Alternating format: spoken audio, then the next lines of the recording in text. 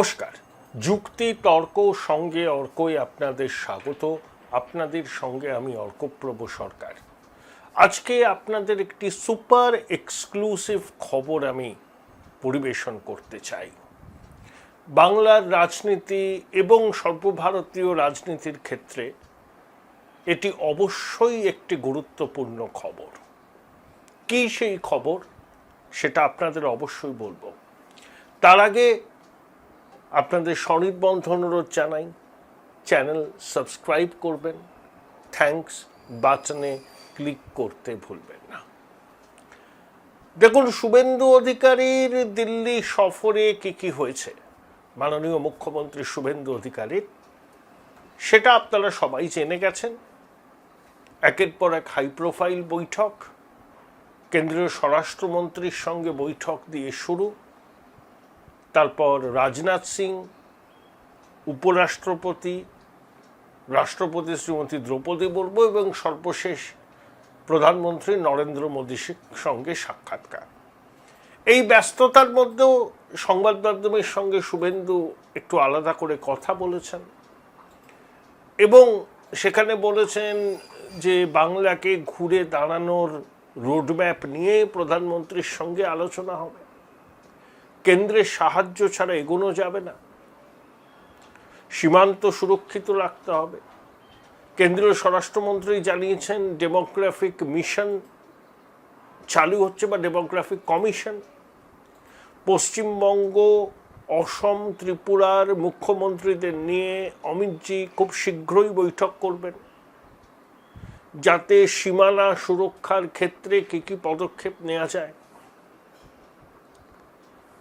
এবং এই আবহে কোয়াড সম্মেলনে যোগ দিতে 23শে মে সকাল 7টায় কলকাতা বিমানবন্দরে পা রেখেছেন মার্কিন বিদেশ সচিব মার্কো রুবিও সস্ত্রীক। এর আগে 2012 সালের এপ্রিল মাসে এসেছিলেন তৎকালীন মার্কিন বিদেশ সচিব হিলারি ক্লিন্টন।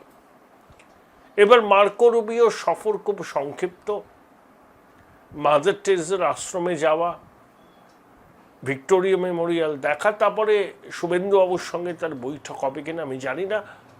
শনিবার সন্ধ্যায় দিল্লিতে, 23শে মের সন্ধ্যায় দিল্লিতে প্রধানমন্ত্রী নরেন্দ্র মোদীর সঙ্গে তার বৈঠক আছে। তারপর কোয়াড সম্মেলন, ভারতের পররাষ্ট্রমন্ত্রী এস জয়শঙ্করের সঙ্গে দ্বিপাক্ষিক বৈঠক হবে। তাহলে মার্কো রুবিওর ঝটিকা সফর, শুভেন্দু অধিকারীর মুখ্যমন্ত্রী হিসাবে প্রথমবার দিল্লিতে গিয়ে তার একের পর এক বৈঠক। এদিকে রাজ্যে শাসক দলের কোন দল একেবারে প্রকাশ্যে 23শে মে সঞ্জয় দাস, সাউথ দমদম মিউনিসিপ্যালিটির 18 নম্বর ওয়ার্ডের কাউন্সিলর, উত্তর 24 পরগনার ভাইপো হিসাবে যিনি পরিচিত সেই দেবরাজের অত্যন্ত ঘনিষ্ঠ, রহস্য মৃত্যু। আবার দেবরাজের এক সহযোগী সম্রাট নামে একজনকে গ্রেপ্তার করা হয়েছে। পুরো ভবনে কাউন্সিলর্স চেম্বারে পুরো অধিবেশন বসেনি, লক অ্যান্ড কি ছিল। মালা রায় অভিযোগ করেছেন পুর কমিশনের বিরুদ্ধে। দিদিমণির বাড়িতে কলকাতার পুর কাউন্সিলরদের বৈঠকে 110 জন হাজির ছিলেন। বিধায়করা বিধানসভায় যাচ্ছেন, কিন্তু ওরা ভাঙা হাট, অর্ধেকের বেশি বিধায়ক অনুপস্থিত। কয়েকজন বিধায়ক দিল্লিতে গিয়ে কংগ্রেসের সঙ্গে কথা বলছেন। ইতিমধ্যে শুভেন্দু অধিকারীর সঙ্গে ঋতব্রত বঙ্গভবনে সাক্ষাৎ করে নিয়েছেন, জল্পনা চলছে। শ্রমিক ভট্টাচার্য বলেছেন ঋতব্রত পরমব্রতদের কোনো জায়গা নেই। এই বাংলার রাজনীতি এইভাবে আবর্তিত হচ্ছে। খোকাবাবুকে কাঠগড়ায় তুলছেন তৃণমূলের অনেক নেতা, ঠারে ঠোরে ববি হাকিম, কুণাল ঘোষ পর্যন্ত, এবং জাহাঙ্গীরকে প্রিভিলেজ ক্লাস বলে দেখে দিয়েছেন ঋতব্রত প্রিভিলেজ ক্লাস। কোনোদিন মাটিতে নেমে সেভাবে রাজনীতি করেনি। বুদ্ধবাবুকে মিলান কুন্দেলার বইটই উপহার দিয়ে রাজ্যসভার টিকিট বাগিয়েছিল, তারপর এক্সপেল হয়।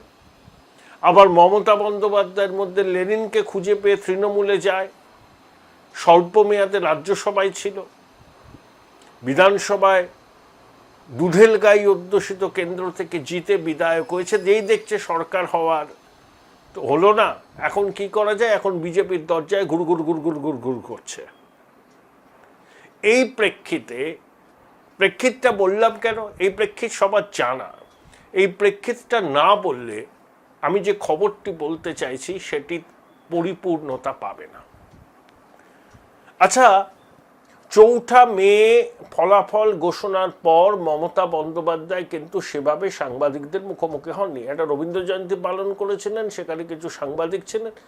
তারপর মমতা বন্দ্যোপাধ্যায় তার কাউন্সিলর বিধায়কদের সঙ্গে বৈঠক করছেন, কিন্তু একবারের জন্য সংবাদ মাধ্যমের মুখোমুখি হননি। কেন হননি? জল্পনা শুরু হয়ে গেছে মমতা বন্দ্যোপাধ্যায় কি তাহলে রাজনৈতিক সন্ন্যাস নিয়েই ফেলবেন। দেখুন, দিদিমণি যথেষ্ট ফিট আছে, 71 বছর তার বয়স, তাই রাজনৈতিক সন্ন্যাস তিনি নেবেন কেন? কিন্তু তিনি করবেনটা কি? ভবনে পড়ে এড়ে গেছেন, তিনি আর লোকসভার সদস্য নন। এই প্রেক্ষিতে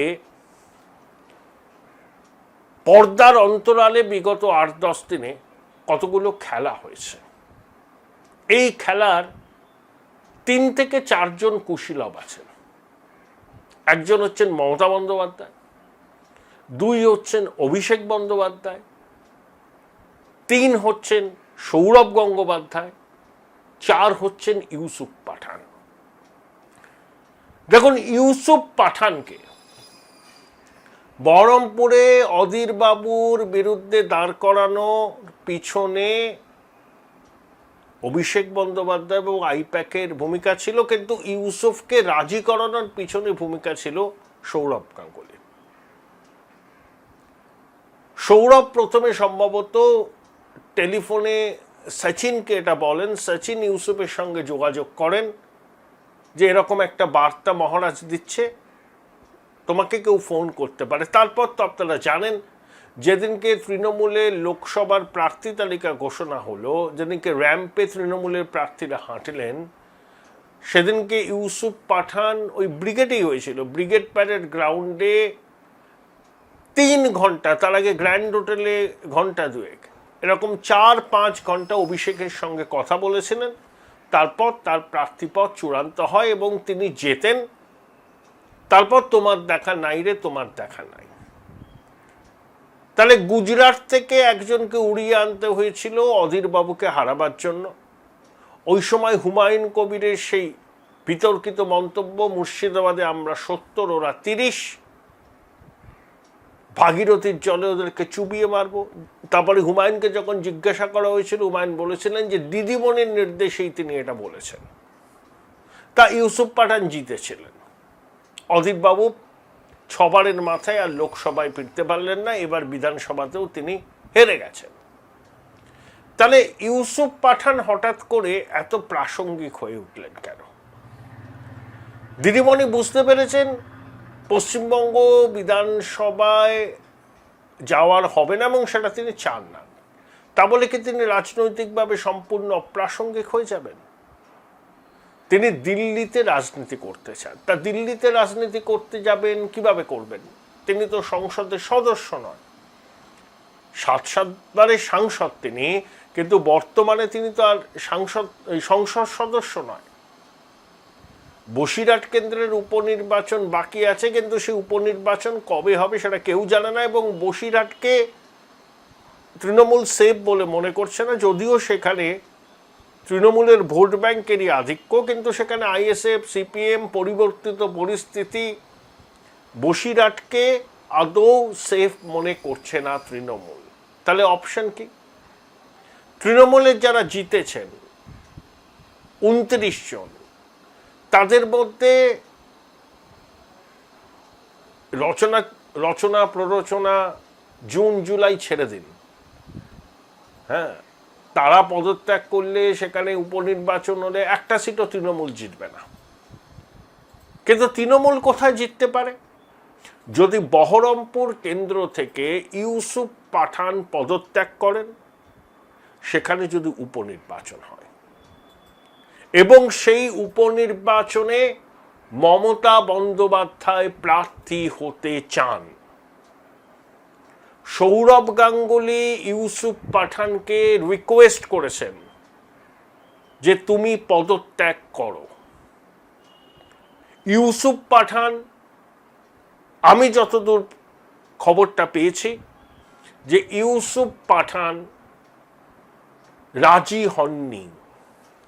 দেখুন, তৃণমূলের রাজ্যসভার যারা সাংসদ হয়েছেন, মাঝপথে তাদের অনেককে রিজাইন করিয়ে তারা নতুন সাংসদকে পাঠিয়েছিল জায়গায়। অর্পিতা ঘোষ জলজান্ত উদাহরণ। মাঝপথ থেকে তাকে পদত্যাগ করতে হয়েছিল, এবার বালুরঘাটে দাঁড়িয়েছেন। বর্তমান পরিস্থিতিতে কোনো রাজনৈতিক নেতা তৃণমূলের তিনি ইস্তফা দেবেন না। সাংসদ আছি, পুরো মেয়াদটা কাটাই, কেন একবারই ইস্তফা দেব? তাই শেষ পর্যন্ত মমতা বন্দ্যোপাধ্যায় এবং অভিষেক বন্দ্যোপাধ্যায় সৌরভ গঙ্গোপাধ্যায় শরণাপন্ন হন এবং সৌরভ ইউসুফকে অনুরোধ করেন। এই খবরটা কিন্তু রাজনৈতিক সূত্র থেকে আসেনি। সৌরভের ঘনিষ্ঠ কিছু মানুষ যারা খেলার মাঠের সঙ্গে যুক্ত, সেখান থেকে খবরটা আমি পেয়েছি। ইউসুফ কিন্তু রাজি হননি এখনো পর্যন্ত।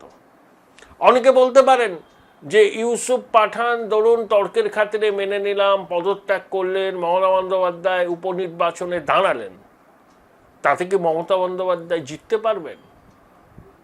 মমতা বন্দ্যোপাধ্যায় ইতিমধ্যেই কংগ্রেস হাইকমান্ডের সঙ্গে কথা বলে নিয়েছেন, যদি মমতা বন্দ্যোপাধ্যায় বহরমপুর কেন্দ্র থেকে প্রতিদ্বন্দ্বিতা করেন, কংগ্রেস কোনো প্রার্থী দেবে না। এবং এ ব্যাপারে অধীর চৌধুরীকেও নিরস্ত করা হবে, কারণ বিজেপি বিরোধী বৃহত্তর জোটের বার্তা দেওয়ার জন্য এই পদক্ষেপ কংগ্রেস হাইকমান্ড করতেই পারে। এবং এই নিশ্চয়তা তারা হয়তো মমতাদি এবং অভিষেককে দিয়েছে যে মমতাদি যদি প্রার্থী হন, মমতা ব্যানার্জি যদি প্রার্থী হন বহরমপুরে, তাহলে কংগ্রেস কোনো প্রার্থী দেবে না। কিন্তু এখন স্টাম্বলিং ব্লক হয়েছে ইউসুফ পাঠান। ইউসুফ পাঠান এখনো পর্যন্ত পদত্যাগ করতে রাজি নন। তাকে বোঝানোর চেষ্টা চলছে।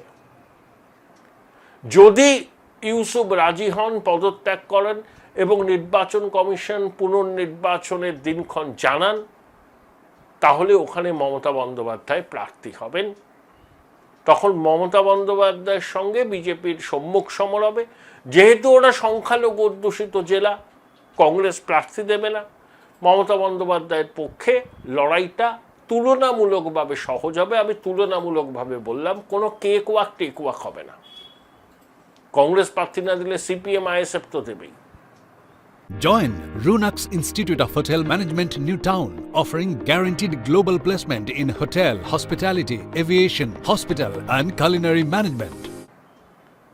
এটা মমতা বন্দ্যোপাধ্যায় চাইছেন দিল্লির রাজনীতিতে ফিরতে, কারণ রাজ্য রাজনীতিতে বিধানসভার তিনি সদস্য নন। তিনি বুঝে গেছেন মুখে যতই আস্ফালন করুন যে এখানে আর তার কোনো ভবিষ্যৎ নেই। তাকে রাজনীতিতে টিকে থাকতে গেলে তাকে দিল্লিতেই যেতে হবে এবং সংসদের সদস্য হতে হবে। তিনি 7 বারের সাংসদ, তাহলে আর একবার চেষ্টা তিনি করবেন। কারণ মমতা বন্দ্যোপাধ্যায় বুঝে গেছেন তিনি যদি একেবারে নিজেকে গৃহবন্দী রাখেন, তাহলে কিন্তু দল এমনিতেই ভাঙবে। যারা থাকতে চাইছে তৃণমূলে তারাও থাকবে না। তাই মমতা বন্দ্যোপাধ্যায় মরিয়া হয়ে গেছেন আবার এই সংসদীয় রাজনীতিতে ফিরতে। তার হাতে অপশন খুব কম। তৃণমূলের কোনো রাজনৈতিক নেতা যারা সাংসদ হয়েছেন তারা ইস্তফা দেবেন না। রচনা প্ররোচনা জুন জুলাই ইস্তফা দিলেও সেখান থেকে তৃণমূল জিততে পারবে না। মুর্শিদাবাদের আরো 2টো লোকসভা কেন্দ্র আছে, তারা কিন্তু রাজনৈতিক নেতা, তারা ইস্তফা দেবেন না। একমাত্র হিসেব কষে তৃণমূল দেখেছে ভোটের অঙ্ক ইত্যাদি যে বহরমপুর থেকে একমাত্র লড়াইটা তুলনামূলকভাবে সহজ, এবং কংগ্রেস হাইকমান্ড মোটামুটি এটুকু বলেছে যে মমতা যদি ওখান থেকে প্রতিদ্বন্দ্বিতা করেন তাহলে কংগ্রেস সেখানে কোনো প্রার্থী দেবে না এবং অধীর চৌধুরীকেও নিরস্ত করা হবে। এই খবর শেষ পর্যন্ত ম্যাচিওর করবে কিনা এটা এই মুহূর্তে বলা যায় না, কিন্তু খবরটা হয়েছে। তৃণমূলের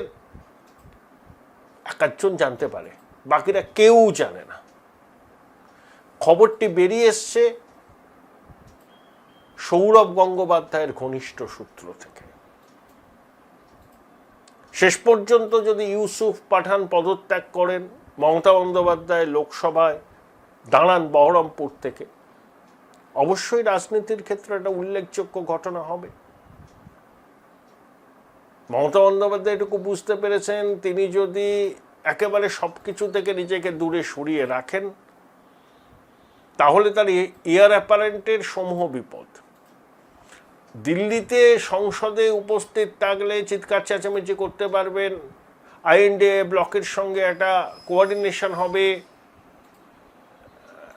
একটা প্রাসঙ্গিকতা তিনি ফিরে পাবেন। তিনি 3-3বারের মুখ্যমন্ত্রী, রেলমন্ত্রী ছিলেন, প্রাক্তন 7বারের সাংসদ, সবাই তাকে চেনেন। নিজের প্রাসঙ্গিকতাটা টিকিয়ে রাখবার জন্যই মমতা বন্দ্যোপাধ্যায় কিন্তু লোকসভায় যেতে চান। দেখুন, অখিলেশ তো মুখ্যমন্ত্রী ছিলেন 2012 থেকে 17, হেরেছেন, আবার কানৌজ থেকে লোকসভায় নির্বাচিত হয়েছেন। তাহলে অখিলেশের একটা পদ তো আছে, তিনি সাংসদ, তার স্ত্রী ডিম্পল সাংসদ।